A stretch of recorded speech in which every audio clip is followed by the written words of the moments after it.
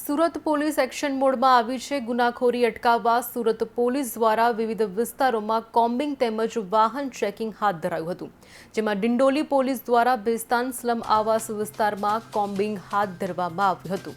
તે ઉપરાંત ગુનાહિત ઇતિહાસ ધરાવતા મહત્વનું છે કે શખ્સોના ઘર પર પોલીસ દ્વારા સરપ્રાઇઝ ચેકિંગ પણ કરાયું હતું અને 50થી વધુ હિસ્ટ્રી શીટરોની પૂછપરછ કરવામાં આવી હતી।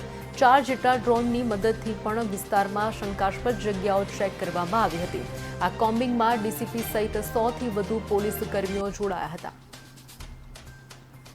આજરોજ ભેસ્તાન આવાસ જે ડિંડોલી પોલીસ સ્ટેશન વિસ્તારમાં આવ્યું છે ત્યાં કોમ્બિંગ રાખવામાં આવ્યું છે। એ સવારના 3 વાગ્યાથી અમે આ કોમ્બિંગ રાખેલું છે। આ કોમ્બિંગમાં અમે આ ઝોનના તમામ પોલીસ સ્ટેશનના પોલીસ ઓફિસર્સ અને માણસોની એક આખી ટીમ બનાવી છે અને લગભગ 100થી વધુ અધિકારી અને કર્મચારીઓએ આ ભેસ્તાન આવાસ છે કે જેમાં 1600થી વધારે મકાનો આવેલા છે, એમાં અમે કોમ્બિંગ હાથ ધરેલ છે। આ વિસ્તારમાં જે જગ્યાએ હિસ્ટ્રી શીટર્સ MCR કાર્ડવાળા જે છે, જે રજિસ્ટર્ડ છે MCR કાર્ડ, એ બધાના અમે ચેકિંગ કર્યા છે। આ ઉપરાંત એમના ઘરમાં ચેકિંગ કર્યું છે કે એ કોઈ પ્રતિબંધિત વસ્તુ મળી આવે કે નહીં, એ બાબતે પણ અમે તપાસ કરી છે।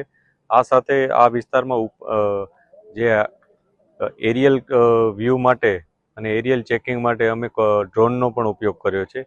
એની સાથે અમે વાહન ચેકિંગ અને બહારની બાજુ જે બેરિકેડિંગ રાખી અને આખો વિસ્તાર કોર્ડન કરી અને ચેકિંગ કરવામાં આવેલ છે। કેટલાક લોકો અમને મળી આવ્યા છે, અત્યારે એ લોકોનો અત્યારે અમે પૂછપરછ કરી રહ્યા છીએ અને જે લોકો નથી મળ્યા એની અમે આવતીકાલે અને ત્યાર પછીના સમયમાં ચેકિંગ કરશું કે એ લોકો આ સમય ક્યાં હતા। જો એ લોકો આ સમયે આ વિસ્તારના રહેવાસી હોવા છતાં આ વિસ્તારમાં ન હતા તો એના ઉપર પણ અમે તપાસ કરીશું અને જે પણ કઈ વસ્તુ મળશે એના ઉપર કાયદેસર કાર્યવાહી।